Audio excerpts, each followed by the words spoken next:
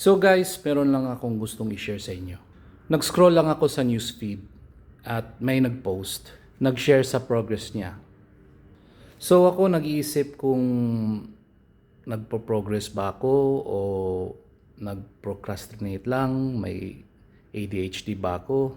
Pero seryoso, na-inspire ako. Kaya yun, sinimulan kong ayusin ang buhay ko, unti-unti lang. Di ko kaya biglaan, baka maubusan ako ng character development. Tapos may isa pa, kumita ng investments.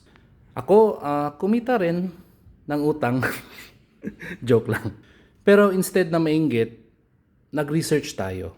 Ayun, unti-unti tayong natuto. Di man ako trader, at least hindi naman ako laging broke up. Anong tawag doon? Broke but wokey. Broke but woke. Broke but woke. Yun talaga yung definition doon.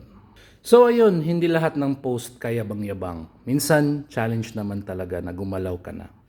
Mainggit ka man o ma-inspire, ikaw nang bahala. Pero kung ako sa'yo, gawan mong motivation yung mga post nila. Mas madali sa puso yan at sa wallet, promise.